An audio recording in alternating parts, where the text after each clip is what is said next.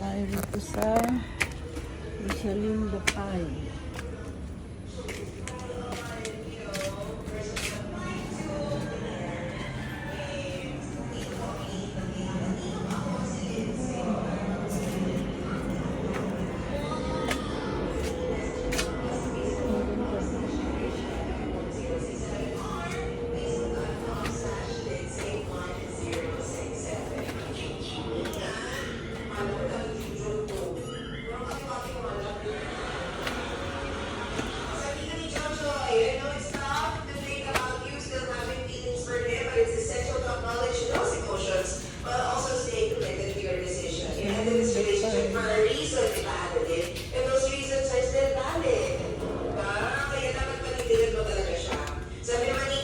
Bakit? 49? Seriously? Wow! Wala si Annie.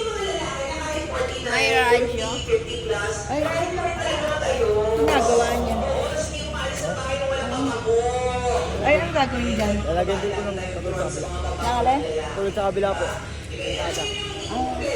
Pwede yung get up niya kung wala tayong maaamoy na pangamo. Tapos mali siya tingnan. Diba? May mga ganyan. Kaya hindi naman din ako nagtataka. Sabi naman ni Gito, ignore him na lang. Hinaheadan po kami ate Alali. Ayaw naman sa akin, hindi na lang isunta ng pamilya ng lalaki at makulong kayong dalawa. Sabi naman ni Joseph, no judgment here, charge to experience din na lang. O, basta huwag mo na ulitin ate. Iyan mo muna, bago mong sabihin na ano, di ba? Dapat tapusin niya muna ang lahat bago natin siya advise na huwag mo nang ulitin.